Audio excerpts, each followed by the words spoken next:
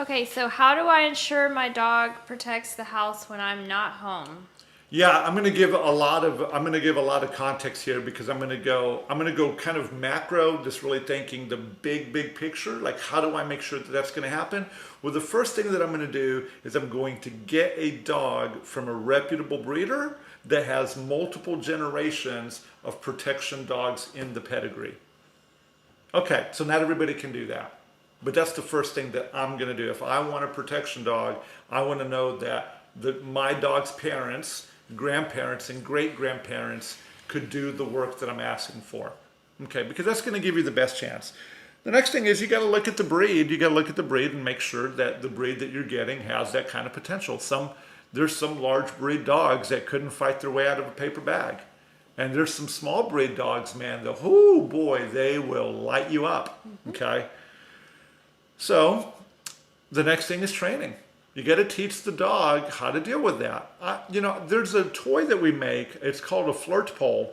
And I think the flirt pole is a really great way to introduce dogs to the beginning of protection work. The beginning of protection work, at least the way that I train them, is what's called agitation training. So what we do is we put the dog inside of a harness, okay, and the owner will hold the dog back in the harness, and then we'll take the flirt pole and we'll tease the dog with the leather rag that's at the end of the flirt pole, and that will actually get the dog excited because it kind of mimics a squirrel, it mimics prey. And so then the dog begins to see that, and then if they see that and they bark and we let them go, so they bark, we let them go, and then they get to play a game of tug with the leather on the end of the flirt pole, then that's a positive feedback mechanism. It's positive reinforcement. The dog learns to bark. So all we do then, it's actually pretty simple. You have your dog in a harness, you have the person that has a flirt pole, and you're just repeating the word watch him over and over and over until the dog barks, and then when the dog barks at the person with the flirt pole, you let the dog go and they bite the toy, and then you start building on that. I would start there. But if you really want your dog to protect somebody, well, you have a dog, they're biting well, they're doing the things that you want them to do, then you ask a person that is qualified to do this to break into your home. So that way you can find out if your dog can actually do it or not. And if the dog fails, it's okay, because if they're biting, then you can probably get them to understand that they should. But if they're, if they bite well, then you've got it. Or maybe that's just too much for them.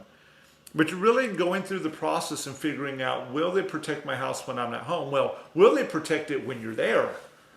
Will they protect it when you're there? And will they understand what to do with a bad guy? So then the next logical step, at least for me, is then you leave the house and you tell the bad guy to break in again, and you see, you record it on your iPhone or get a GoPro or something and see if the dog actually does what you want it to do, and then help the dog understand that's their responsibility, is to protect the home when you're gone.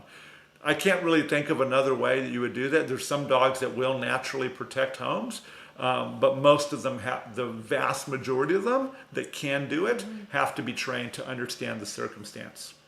So they did a news program one Okay. time. They did a story, and they had several people who had dogs, and these people were interviewed. My dog will tear anybody up that comes in here. So they did that. They planted a camera and sent a stranger in these people's houses, and nobody's dogs did anything. They didn't even bark. And it was just so funny. Well, and to further, and Mandy didn't work with me at the time, so we actually had a story on Channel 11 many years ago that's along the same line. So what we did is I had a buddy of mine that was helping me out, that he was a bad guy. We went into two homes where there was an untrained dog. One dog ran away, the other untrained dog nipped. But like nip, I mean like that much of a bite on my buddy. And then the last dog was trained. And the last dog was trained, but the homeowner was there. And when my buddy came into the home, my client sent the dog, and the dog fought my other buddy, the bad guy. Okay. Were you all in suits? Or We were wearing scratch pants, jacket, Okay. and we were also wearing Interesting. we were wearing a sleeve, and so that was, I think, on Channel 11 maybe. maybe it was the same story I'm talking about. Well, I don't think so, because it was like at the time. like we didn't really interview a lot of people. There was three families. Okay. There was three families. They're all clients of mine, and so Okay. we broke into two, and then the last one, I guess you could, it had to be staged to some degree, right? Because we had to film it. Yeah. So, but the last one was it was my client that did have a dog that knew how to bite, never had a home invasion before, but and the bad guy that we were using wasn't the bad guy that dog had ever seen.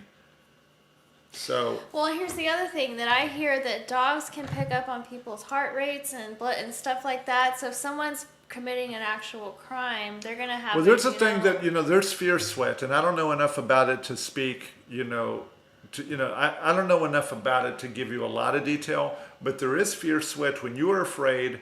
You smell different, and if somebody's breaking into your home, they're probably pretty nervous. They're probably the dog can most likely smell they're coming off, and I think that's actually kind of instinctive that some of these creatures that are predatory, like a dog and other predators, can actually pick up on that. Heck, we might even be able to pick up on it, but it's all subconscious, and so I don't know. I don't know about that, but I know that the world of scent is a huge part of the dog's world. It gives a massive amount of information to their brain. And so the dogs could figure it out like that. But if you really want to know if your dog can train or can protect your home, is test them and see what they do. And then if you don't like the outcome, then it's time to get to training and to help them to understand how to handle those types of things.